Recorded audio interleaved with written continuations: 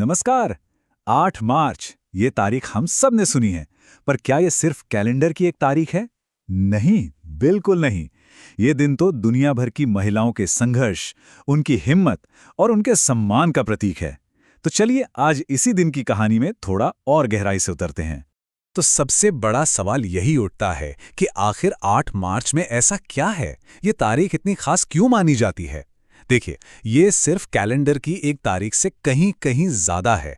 इसके पीछे छिपा है एक बहुत मजबूत इतिहास और एक बहुत ही बड़ा मकसद।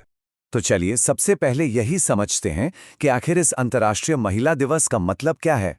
ये सिर्फ एक सेलिब्रेशन का दिन नहीं है, बल्कि ये दिन है समर्पण का, सम्मान का और उन सभी संघर्षों को याद करने का।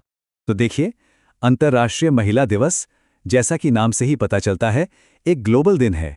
हर साल 8 मार्च को पूरी दुनिया से मनाती है और ये दिन पूरी तरह से महिलाओं के अधिकारों, उनके सम्मान और उनकी अनगिनत अचीवमेंट्स को डेडिकेटेड है। ये एक ऐसा मौका है जब हम सब रुककर समाज में, देश में और पूरी दुनिया में उनके योगदान और उनके संघर्षों को याद करते हैं।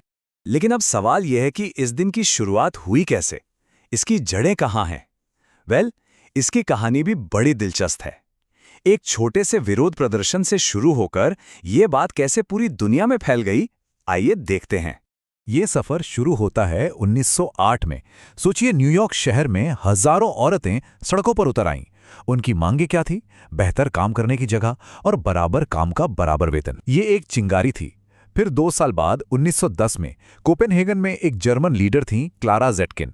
उन्होंने एक आइडिया रखा कि क्यों ना हर साल एक दिन महिलाओं के लिए मनाया जाए। और फिर कई सालों बाद 1975 में जाकर संयुक्त राष्ट्र ने यानी यूनाइटेड नेशंस ने 8 मार्च की तारीख को ऑफिशियली अंतर्राष्ट्रीय महिला दिवस घोषित कर दिया। तो इतिहास तो हमने जान लिया, लेकिन इस दिन को मनाने का मकसद क्या है? इसके पीछे कुछ बहुत ही जरूरी और साफ लक्ष्य हैं, और कमाल की बात यह है वो आज भी उतने ही रेलेवेंट हैं। चलिए देखते हैं कि वो क्या है। देखिए, इस दिन को मनाने के पीछे असल में 4 बहुत मजबूत पिलर्स हैं। सबसे पहला तो है महिलाओं के लिए बराबर के अधिकार हासिल करना। दूसरा, उनकी हर छोटी बड़ी अचीवमेंट को सेलिब्रेट करना, उन्हें सम्मान देना। तीसरा, समाज में वुमेन एम्पावरमेंट को बढ़ावा देना।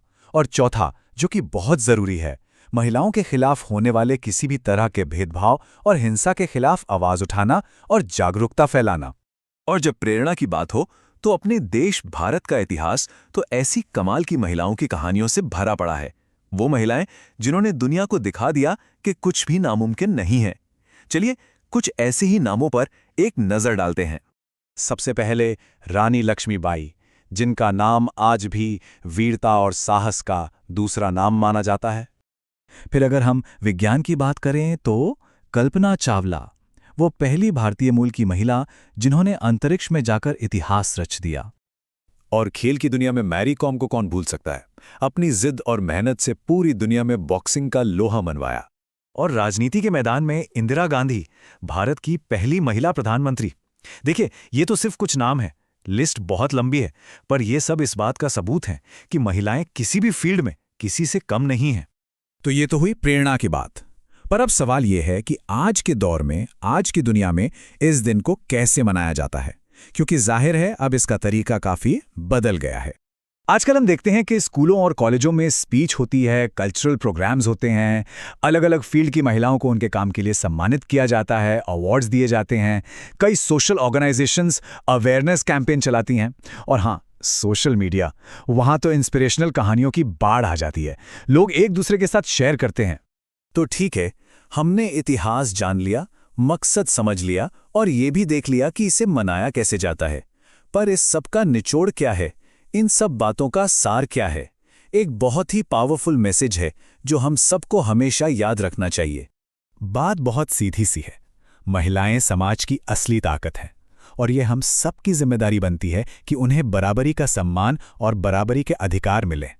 क्योंकि एक बात हमेशा याद रखनी चाहिए, एक मजबूत समाज की नींव तभी पड़ती है जब वहां की महिलाओं को सम्मान और आगे बढ़ने के बराबर मौके दिए जाते हैं। तो ये दिन असल में सोचने का दिन है कि इस बराबरी को हकीकत में बदलने के लिए और क्या-क्या किया जा सकता है।